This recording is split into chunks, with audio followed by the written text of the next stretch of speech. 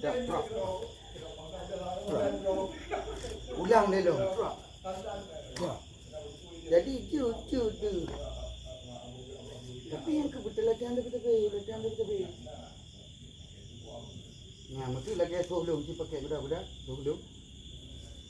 Pakai budak-budak aku. Jadi ni betul latihan je. Pak. Lepas dia tu. Yang tu tinggal baju punya. Ui. Kalau latihan ni kita betul-betul tanya kata. Wah, macam dia tu. Tengok video tu. Mai cepat agak boom. Iwi boom je rubah. Anjir ni, anjir tak betul, anjir tak betul. Tak jalan. Mesti lagi sistem kena yang action orang. Muka itu maju itu. Ni maju. Ni sungkai balik aja. Itu mulai kah kita kumah. Sungkai balik itu.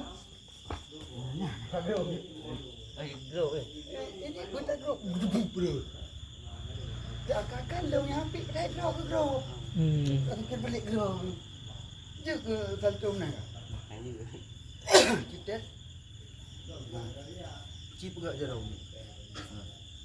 Kaki bertepat. Baik menan bertepat kaki. Bertepat. Lagi tajam tu kena ukur dah. Ukur dah menang hai. Engkau nging gede. Jaraknya cilok kena dengan tinggi. Nging gede. Nyang kat cekak kaki dekut. Cepat. Cilok kena habis benda. Puan je cetas ke dah. Jaraknya cilok gede dengan tinggi. Belah-belah cilok je. Belah-belah pun cilok. Ada ukur. Belah perlu mak boleh kejut. Tapi tidak jaro sangat. Nyo cara haji cimat jaro dia dua kali. Engkau. Gede kanging ika.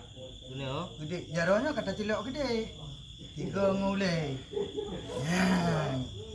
Cara haji.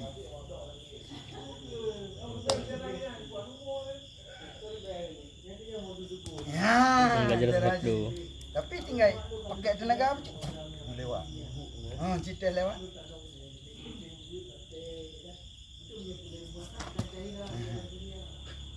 Ai mutunya dia ke? Apa mana? Jadi mutu hotel kita tu ke? Jadi jaro ni. Mana bro? Kan timang dia tak tanya dia.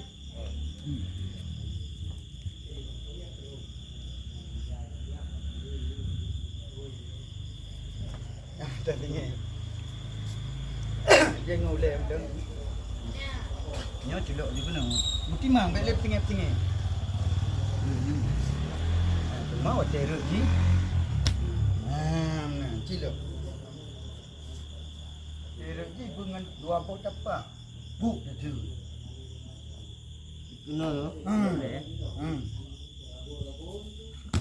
Nya mentan tinggi, nya dah tak tepat dah you mentan tinggi. Muti mang ji. Boleh celok je baik kena dengan tanah. Celok je habis dia baik kena dengan tanah. Benar berut ji. Nak lagi.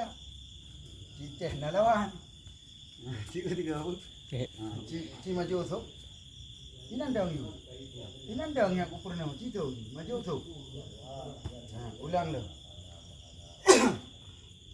Mana watak aku ulang? Kiwi ke? Dia maju sok dia uci maju sok. Ulang lah.